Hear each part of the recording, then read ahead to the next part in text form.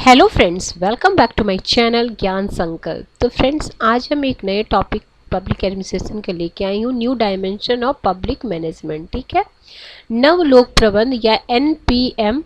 ठीक है, चलिए स्टार्ट करते हैं आज का क्लास। अगर चैनल पे आप पहली बार आए तो प्लीज़ चैनल को सब्सक्राइब कर लीजिएगा। जब सब्सक्राइब कीजिएगा तो बेल आइकन को भी प्रेस कीजिएगा, ताकि जब भी मैं आगे वीडियो डालूंगी तो आपको नोटिफिकेशन मिल जाएगा। स्टार्ट करते हैं आज का क्लास। देखिए, नव लोक प्रबंध या एनपीएम एक वैचारिक आंदोलन तथा अवधारणा है जिसे अन्य कई नामों से जाना जाता है, जैसे उत्तर नौकरशाही, ठीक है, प्रतिमान, पोस्ट ब्यूरोक्रेटिक मॉडल, प्रबंधवाद, बाजार आधारित लोक प्रबंध, ठीक है, या उद्यम शासन, उद्यमीकर्ता शासन के नाम से भी पुकारा जाता है। प्रबंधवाद, एक मिनट,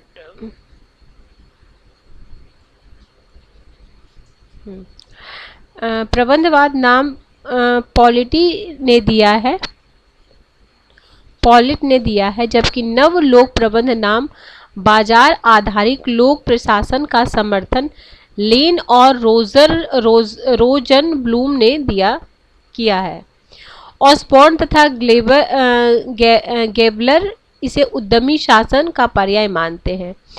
यूए गन इसी लोक और निजी प्रशासन के मध्य तीसरा रास्ता का नाम देते हैं। दरअसल नव लोक प्रबंध शब्द के प्रतिपादक का श्रेय, ये इंपॉर्टेंट है, थोड़ा सा मैं इसको बड़ा कर दूंगी अब। हाँ, नव लोक प्रबंध शब्द के प्रतिमान का श्रेय क्रिस्टोफर हुड को जाता है। ठीक है, ये नव लोक प्रबंध शब्द के प्रतिपादक किसे बोला जाता है?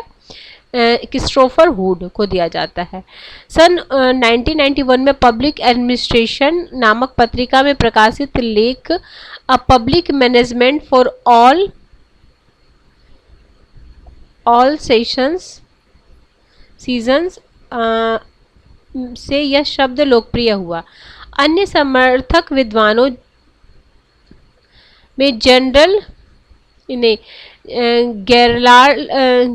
गेराल्ड कैडेंस और पी हॉक्ट, सी पॉलिट और आर होडिस और आर एम कैली, पी, इतना नाम आपको जानने की जरूरत नहीं है, का नाम भी सम्मिलित है। ठीक है, चलिए आगे चलते हैं। नौकरशाही के परंपरागत एकाधिकार, मेन ये जो क्वाइन किए इस वर्ड को वो ध्यान रखिएगा। नौकरशाही के परंपरागत एकाधिकार तथा लोक प्रशासन के विविधता से युक्त कार्यों तथा भूमिका के बीच वैश्विक स्तर पर परिलक्षित हुए सामाजिक, आर्थिक, राजनीतिक तथा तकनीकी परिवर्तनों, जटिलताओं तथा सूचना प्रौद्योगिकी क्रांति सहित समाजवाद के पतन के बीच यह प्रश्न उठा कि आज का लोक प्रशासन समाज की अपेक्षाओं पे खरा उतर सकता है। दरअसल नवीन लोक प्रशासन का आंदोलन भी इन्हीं प्रश्नों को लेकर उठा, किंतु नव लोक प्रबंध का आंदोलन अधिक सामयिक और तार्किकता से भरपूर है। रिचर्ड कॉमन्स के अनुसार नव लोक प्रबंध समसामयिक प्रशासनिक परिवर्तनों का पर्याय है। ठीक है, क्या है? कौन बोलते हैं? रिचर्ड कॉमन बोलते हैं नव लोक प्रबंध, ठीक है, समसामयिक प्रशासनिक परिवर्तनों का पर्याय आंदोलन है। दरअसल 21वीं सदी का जीवन निम्नलिखित विशेषताओं को उजागर करता है: लोगों की उच्च आकांक्षाएं, लोगों में कम होता धैर्य, जीवन शैली में बढ़ती भागदौड़, तुरंत सांस्कृतिक प्रत्येक कार्य का सीख परिणाम चाहना, लोगों में बढ़ती चेतना या जागरूकता, उच्च स्तरीय तकनीकी कौशल का प्रसार, लचीला तथा अनुकूलन योग्य रचनाएं, सरलीकृत किंतु लक्ष्योन्मुखी क्रियाएं जो उच्च लक्ष्य प्राप्त कर सके, वैश्विक स्तर पर अर्थव्यवस्थाओं में बढ़ती निकटता तथा सामंजस्य, मानवाधिकार, मानव संसाधन विकास, पर्यावरणीय रक्षा, आतंकवाद से मुकाबला तथा लिंग भेद से मुक्ति जैसे जटिल मुद्दे उपर्युक्त वर्णित विशेषताएं कतिपय उदाहरण भर हैं जो यह सिद्ध करते हैं कि परिवर्तन परिवेश में विकासशील देशों का लोक प्रशासन इतना सक्षम नहीं है कि वह इन समस्याओं या प्रवृत्तियों का सामना कर सके। यहाँ यहाँ वॉरेन वेसिन ने यह कथन भी प्रासंगिक प्रतीत होता है कि आगामी 25 से 30 वर्ष में हम नौकरशाही के पतन में सहभागी बनेंगे तथा एक नई व्यवस्था का जन्म होगा। वेसिन का यह कथन सन 1965 का है। वेसिन की भविष्यवाणी पूर्णतः सत्य नहीं है, तथापि यह भी सत्य है कि आज नौकरशाहीकरण पर चर्चा जोरों से चल रही है। यही लोक प्रबंध का केंद्रीय चिंतन है। ठीक है, वस्तुतः 21वीं सदी ज्ञान आधारित समाज की पर्याय है जो विंस्टन चर्चिल के इस कथन को रेखांकित कर रही है। भविष्य का सम्राट विचारों का सम्राट होगा। ठीक है, कोटेशन को, भविष्य का जो सम्राट है वो विचारों का सम्राट होगा। ये कौन? Winston Churchill. कारकों में नव लोक प्रबंध आंदोलन को गति दी। परंपरागत लोक प्रशासन में सुधार लाने की प्रथम मांग 80 के दशक में। ठीक है, फिर है आर्थिक सहयोग एवं विकास संगठन OECD। ठीक है, से जुड़े देशों में उठी संयुक्त राज्य अमेरिका लाल फीताशाही तथा अति नौकरशाही एवं नियंत्रण पाने हेतु राष्ट्रपति द्वारा गठित नेशनल परफॉर्मेंस रिव्यू रिपोर्ट 1993 की रिपोर्ट में प्रमुख सिफारिशें इस प्रकार है। क्या क्या सिफारिशें हैं इसमें? एक मिनट, इसको थोड़ा सा पहला है पर्यवेक्षीय स्टाफ को कम किया जाए तथा निचले स्तर पर कार्यरत तकनीकी कर्मियों जो वास्तव में कार्य को अंजाम देते हैं को सशक्त बनाया जाए। दूसरा है विभागों को आंतरिक रूप से पुनर्विनियोजित करने हेतु अधिक स्वतंत्रता दी जाए। निष्पादन मूल्यांकन व्यवस्था को अधिक प्रभावी बनाया जाए। कार्मिकों की संख्या 50% कम में कमी लाई जाए। बच्चों, अल्पसंख्यकों तथा बेरोजगारों को सेवाएं देने वाले अभिकरण एकीकृत तथा प्रभावी रूप से सेवाएं प्रदान करें। विभाग अपने उपभोक्ताओं की सेवाओं हेतु मानकों का प्रकाशन करे तथा शिकायतों का समुचित तत्काल निवारण हो। राष्ट्रपति तथा विभागों या अभिकरणों के मध्य वार्षिक निष्पादन समझौता किया जाए। विभागों को चाहिए कि वे उपभोक्ताओं के मत का सर्वेक्षण करें तथा प्राप्त प्रत्युत्तर के अनुरूप स्वयं में सुधार करें। लागत मानकों का सभी गतिविधियों में ध्यान रखा जाए। प्रत्येक विभाग नवाचार हेतु पृथक से बजट का प्रावधान करे। ठीक है, इसी प्रकार ब्रिटेन में थ्रेचरवाद और अमेरिका में रिगनोमिक्स तथा न्यूजीलैंड में रोजरनोमिक्स। न्यूजीलैंड के पूर्व वित्त मंत्री रोजर के नाम से नव लोक प्रबंध आंदोलन को हवा दी। भारत में 5वें वेतन आयोग जब 1997 भी इस आंदोलन से संबंधित सशक्त दस्तावेज है। कनाडा में ब्रायन मालरोनी के कार्यकाल में भी बहुत सुधार हुए। विश्व बैंक द्वारा लोक सेवाओं में सुधार हेतु जारी दिशा निर्देश की चर्चा के विषय बने। वस्तुतः बेवर के प्रतिमान पर आधारित नौकरशाही तथा टेलर के वैज्ञानिक प्रबंध औद्योगिकी संगठन सहित प्रकार के उपागम एवं प्रतिमानों मूलभूत कमियां जो जनता की मांगों और भावनाओं तथा प्रति उदासीनता प्रदर्शित करती है। परिवर्तित परिस्थितियां यह मांग करती है कि लोक प्रशासन को एक नए स्वरूप में ढाला जाए। ऑसबॉर्न और टीड ग्लेबर ने नव लोक प्रबंध को उत्प्रेरक या कैटलिस्ट शासन के रूप में देखते हुए प्रशासन से यह अपेक्षा की है कि वह मिशन आधारित तथा बाजारोन्मुखी गतिविधियां संचालित करे। उत्प्रेरक वह तत्व होता है जो रासायनिक क्रिया में भाग न लेते हुए क्रिया को गतिशील, देखो वो क्रिया में भाग नहीं लेता लेकिन जो केमिकल होते हैं उनकी क्रिया को बढ़ाने के लिए वो काम करता है। तो उसी तरह इसमें बोला गया ये कैटलिस्ट का काम करेगा। कैटलिस्ट शासन से तात्पर्य परिवर्तन अभिकर्ता के रूप में है।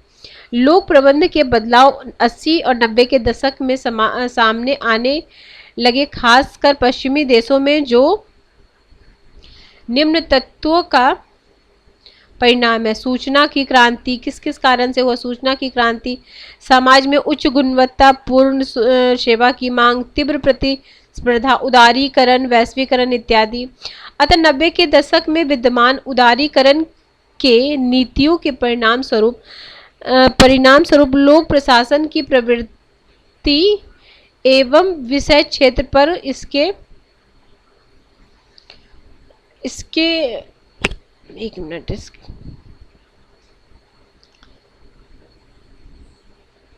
इसका होना स्वाभाविक है। पब्लिक सेक्टर के प्रबंध में इस नवीन संशोधित परिवर्तन को नवलोक प्रबंध की संज्ञा दी गई, जिससे कि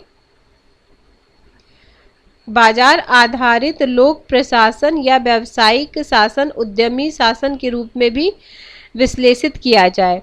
एनपीएम का नारा let the managers manage, leave the managers free to achieve the government objectives as they see fit in most cost effective manner। NPM के परिप्रेक्ष्य में लोक प्रशासन और बाहरी आर्थिक वातावरण में अंतःक्रिया पर प्राथमिकता से बल दिया गया। प्रशासन, बाहरी वातावरण, राजनीतिक, आर्थिक, सामाजिक पर बल दिया गया। एनपीएम 3 उद्देश्यों पर विशेष रूप से बल देता है। ये इंपॉर्टेंट है आपके लिए, 3 ES, ठीक है। इफिशियंसी, कार्यकुशलता, इकोनॉमिक और इफेक्टिवनेस, कार्यकुशलता, मितव्ययता और प्रभावशीलता, ये याद रखिएगा, ये पूछा जाता है। इन उपयुक्त उद्देश्यों की प्राप्ति के दिशा में एनपीएम निम्नलिखित मान्यताओं पर बल देता है। क्या क्या मान्यता पर बल देता है? नीति के बाजार प्रबंध पर बल एवं उपलब्धि मूल्यांकन एवं प्रशासनिक दक्षता पर ध्यान केंद्रित करना। इसके अनुसार लोक अधिकारी तंत्र का विभाजन विभिन्न अभिकरण के अंतर्गत किया जाना, जो उपभोक्ता भुगतान आधार पर अपने कार्यों का संचालन करे। इस दृष्टिकोण के अनुसार अर्ध बाजार के कारकों का प्रयोग करते हुए ठेके पर कार्यों का संचालन किया जाए ताकि प्रतियोगिता या प्रतिस्पर्धा को बढ़ावा मिले। आर्थिक और सामाजिक, मार्केट बेस और नॉट मार्केट बेस। लोक प्रशासन को कम खर्चीला बनाने हेतु लागत कटौती पर विशेष बल दिया जाना। प्रबंध की ऐसी शैली को विकसित किया जाना जो अन्य बातों के साथ साथ निम्न बातों पर भी केंद्रित हो। कौन कौन से? उत्पादन लक्ष्य, सीमित ठेका, मौद्रिक प्रोत्साहन और प्रबंध की स्वायत्ता। नव लोक प्रबंध की विषय वस्तु पर और अधिक सकारात्मक परिदृश्य की दिशा में ऑसबॉर्न और ग्लेबर के योगदान पर विशेष महत्व है। इन दोनों की रचना री इन्वेंटिंग गवर्नमेंट नामक पुस्तक का प्रकाशन हुआ और इसके माध्यम से ऑसबॉर्न और ग्लेबर द्वारा एनपीएम के विषय वस्तु पर 10 सूत्री कार्यक्रम का प्रतिपादन किया गया। उन दोनों उद्यमी शासन कहा गया और इस प्रकार उद्यमी शासन की विचारधारा या संकल्पना का सूत्रपात किया गया। इन दोनों द्वारा बताई गई इस प्रकार की सरकार की विशेषता है एडेप्टेबल, रिस्पॉन्सिव, इफिशिएंट और इफेक्टिव। ठीक है, आगे है ऑसबॉर्न ग्लेबर उद्यमी के 10 सूत्र बताए हैं। कौन कौन? उत्प्रेरक सरकार है, कम्युनिटिव ऑनर्ड गवर्नमेंट, समुदायोन्मुख सरकार, प्रतियोगितात्मक सरकार, मिशन उन्मुख सरकार, परिणामोन्मुख सरकार, क्रेता उन्मुख सरकार, कस्टमर ड्राइवन गवर्नमेंट। फिर है आपका क्लाइंट है प्रशासनिक सेवा और कस्टमर है प्रशासनिक सेवा प्लस संतुष्टि। फिर है उद्यमी सरकार है, पूर्वानुमान करने वाली सरकार है, विकेंद्रीकृत सरकार है, बाजारोन्मुखी सरकार है। आगे है नौकरशाही की नियंत्रण शक्ति को कम करके यह नागरिकों को अधिकारिकता प्रदान करता है एवं जन कल्याण के उत्प्रेरक का कार्य करता है। उद्यमी शासन सिर्फ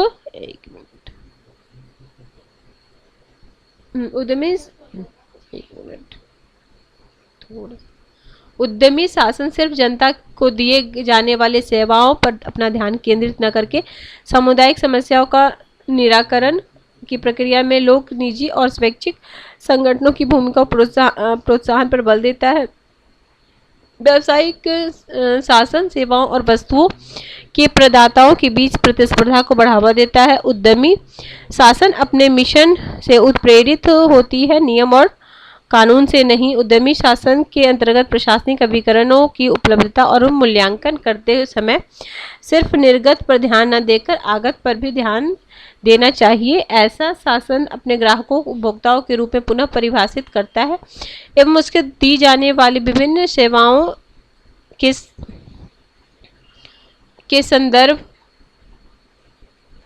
में विभिन्न विकल्पों को प्रस्तुत करता है। उद्यमी शासन अपने ऊर्जा को सिर्फ बैंक में व्यतीत न कर आय के अर्जन पर भी बल देता है। यह समस्या उत्पन्न होने से पूर्व उसके निवारण पर बल देता है। सत्ता के विकेंद्रीकरण एवं भागीदारी दृष्टिकोण पर विशेष बल देता है। नौकरशाही की तुलना में बाजार आधारित तंत्र को प्राथमिकता देता है। उपयुक्त बातों का प्रभाव क्लिंटन प्रशासन नेशनल परफॉर्मेंस रिव्यू पर भी तीव्र गति से प्रभाव पड़ा है, जिसे आगे चलकर री इन्वेंटिंग गवर्नमेंट कहा गया। यूएसए द्वारा अन्य देशों में भी इसके बहुत सारे फायदे हुए। एनपीएम का मूल्यांकन 3 दृष्टिकोणों के अंतर्गत किए जाने का प्रयास किया गया है। पहला क्या है? उन ग्राहकों के दृष्टिकोण से जो प्रशासनिक सेवा प्राप्त करते हैं। दूसरा है करदाताओं के दृष्टिकोण से जिसके द्वारा सरकारी कार्यक्रमों के क्रियान्वयन में निवेश किया जाता है। तीसरा है लोक क्षेत्र के कर्मचारियों के हितों के दृष्टिकोण से जनता को प्रशासन की अपेक्षाएं ताकि जनता बेहतर एवं गुणात्मक सेवाओं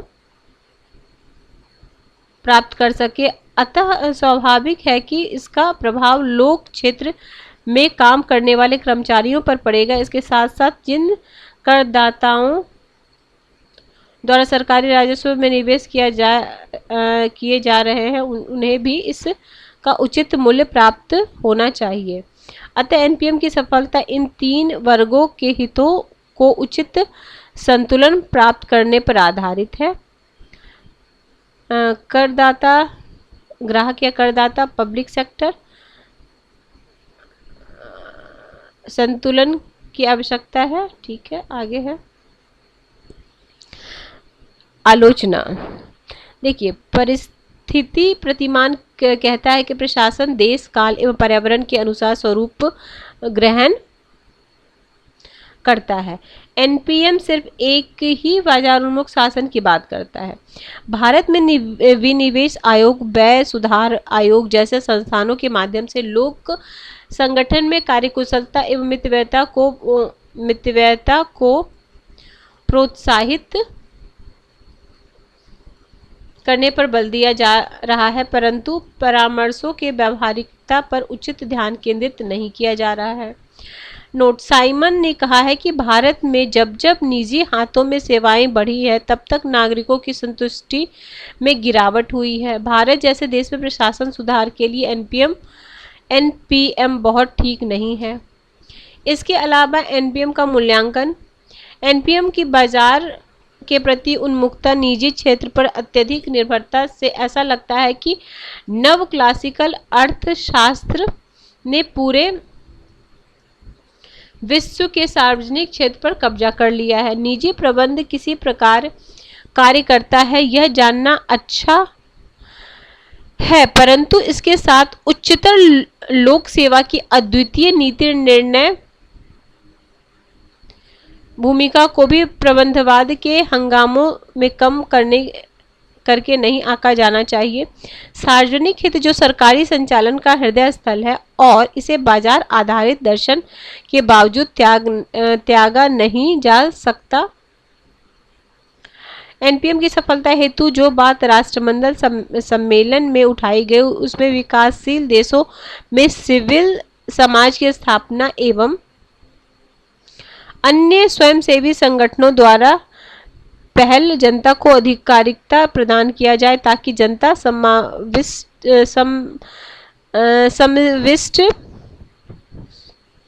प्रबंध में शोषण से बच सके। अतः एनपीएम ने सिर्फ केंद्रीय मुद्दों को उठाया है, यह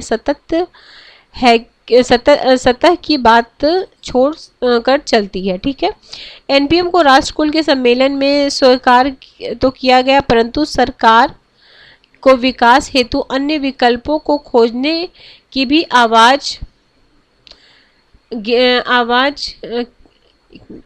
उठाई गई, क्योंकि विभिन्न राष्ट्रों के विकासात्मक प्राथमिकताएं अलग अलग हैं। साइमन द्वारा भी आलोचना की गई सरकारी कार्य न्याय के सिद्धांत पर मूल्यों द्वारा आधारित होता है, न कि तथ्यों द्वारा। एनपीएम तथ्य परक ज्यादा दिखता है। एनपीएम के द्वारा विकासशील तृतीय विश्व के देशों पर नव उपनिवेशवाद यानी आर्थिक उपनिवेशवाद थोपने के भी आरोप लग रहे